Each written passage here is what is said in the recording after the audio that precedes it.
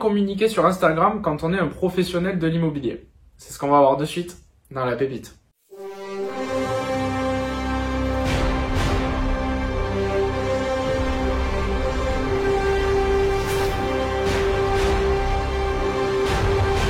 Salut à toi, je suis Louis, le cofondateur de Finder. On a reçu pas mal de questions après Facebook. Comment on communique sur Instagram en fait, quand on est professionnel de l'immobilier? Instagram appartient au groupe Facebook, mais ça ne marche pas du tout de la même façon et de la même manière. Facebook, c'est un peu plus de la proximité où vous allez faire du contenu. Instagram, c'est un peu plus visuel. Donc vous avez des posts et aussi des stories. Pour croître son activité sur Instagram, c'est un peu plus long et un peu plus compliqué. Mais vous pouvez largement vous démarquer parce qu'aujourd'hui en immobilier, c'est complètement mal exploité et sous-coté. Première chose qui serait intéressant de faire sur Instagram quand vous êtes professionnel de l'immobilier, c'est de partager un peu les coulisses de votre métier, vos échecs, vos réussites. Sur Instagram, il faut apporter de la valeur.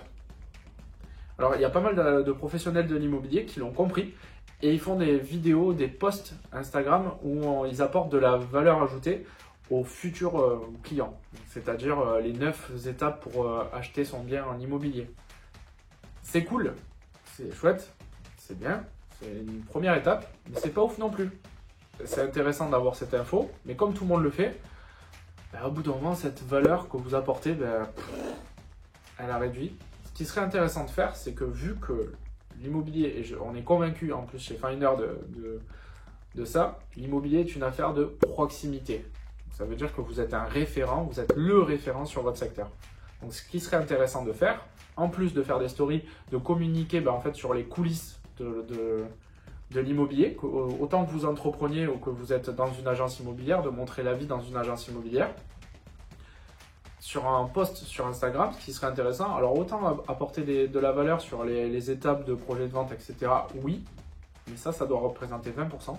Les 80% restants, ça doit amener de l'information sur votre secteur. De l'histoire en fait, sur les rues, sur le quartier, faire des interviews sur les commerçants. C'est vraiment un axe qui permet en fait de construire votre réseau, de réseauter, et en plus de mettre en avant des commerçants sur votre quartier, sur votre secteur.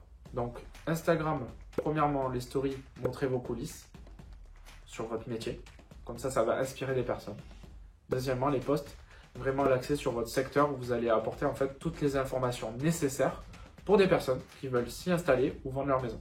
Je vous souhaite une très bonne journée, je vous invite toujours à liker cette vidéo si elle vous a plu et à vous abonner pour ne rien rater des prochaines vidéos. Je vous souhaite une très bonne journée.